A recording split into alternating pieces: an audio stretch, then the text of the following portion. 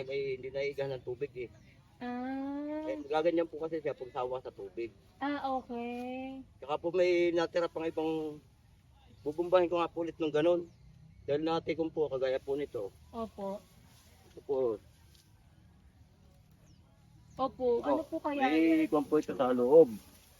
Ari po, dahon na rin. Oh. Ayun, Opo. ayun po. Ayun po ang mga kanyan. Oh. Yun, nalaglag po yan. Oh.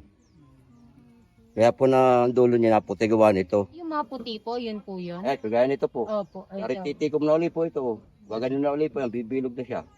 Para tumira uli yung maninirang po siya nakaganyan. Oh. Kaya hindi siya makatikim na sustansya. So, kasi ginamitan to ng ano po ng biofertilizer. Kaya po siguro mas ano. Ito po yung binumpa ko nung uri sa Mac. Opo. Kaya ito lang pong lahat na ito, yung kabila hindi. Opo. Nakita yung pagkakaiba niya. Malaki po eh. Ano. Kasi po ito, kita nyo, kukunti ang mga namumutihan dahon dito. Opo. Doon sa kabila. Yung ano po kaya niya, yung tailors po, okay naman po kaya Okay naman kung po. titingnan. Mas malaki po ba or mas maliit doon sa hindi po natin na-sprayan? Mas maganda po ito. Kasi namimerde siya.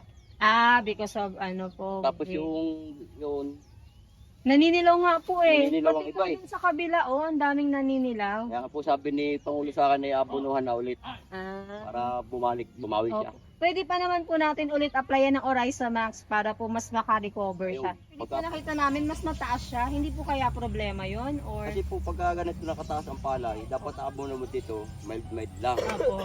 Halimbawa, kung dati isang dakot, mga isang kutsara sa isang hagis.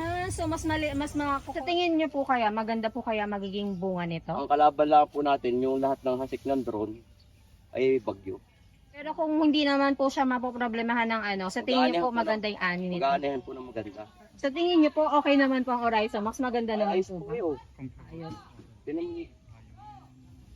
Nagpunta kayo doon, tinan nyo, ang laking iba kayo sa Oo palay. nga po eh.